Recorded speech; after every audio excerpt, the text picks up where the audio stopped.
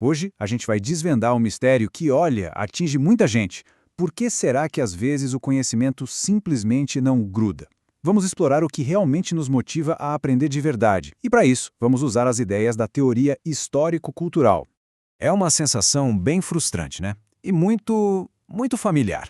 A gente se dedica, estuda, passa na prova e pouco tempo depois parece que o conhecimento some. Por que será que isso acontece? É exatamente isso que a gente vai tentar entender agora. E para a gente entender a raiz desse problema, vamos analisar uma história bem simples, mas que revela uma verdade muito profunda sobre a nossa motivação para aprender.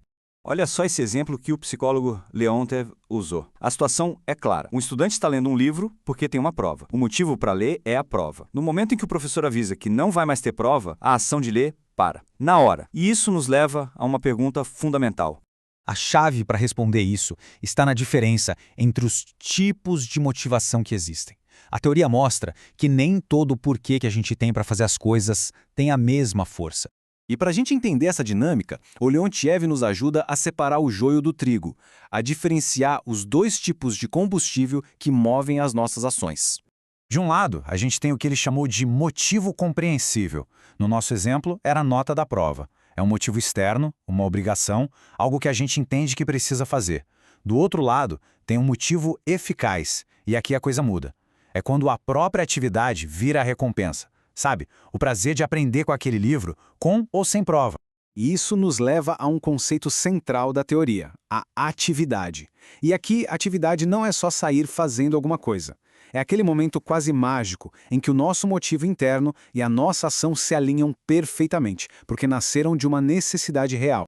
Então, a grande virada de chave é justamente essa transformação. É quando um motivo compreensível, tipo a prova, evolui e se torna um motivo eficaz. A gente começa por uma obrigação, mas em algum momento o assunto fica tão fascinante que o estudo ganha vida própria. Mas como é que essa transformação acontece? Para entender isso, a gente precisa dar um passinho para trás e conhecer as ideias de Lev Vygotsky, o grande pensador que influenciou o Leontiev. A ideia central do Vygotsky é, na verdade, bem radical.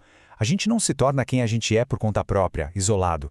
A nossa mente, a nossa forma de pensar, tudo isso é construído na nossa interação com a cultura e com as outras pessoas. E como essa construção acontece? Através de um processo que ele chamou de mediação. Pensa assim, a gente não enxerga o mundo com os olhos nus. Nós entendemos o mundo através das ferramentas que a nossa cultura nos dá, que pode ser desde um martelo até a coisa mais complexa do mundo, como a linguagem. E Vygotsky dividiu essas ferramentas em duas. Os instrumentos, como o martelo, servem para mudar o mundo lá fora. Já os signos, como as palavras e os conceitos, são ferramentas que mudam o nosso mundo interior, que organizam o nosso pensamento. É quando a gente domina essas ferramentas internas que o aprendizado de verdade acontece. Tá legal. Mas e aí, como é que a gente pega toda essa teoria e leva para o mundo real, para dentro de uma sala de aula? Como fazer o conhecimento da escola realmente importar para a vida de alguém?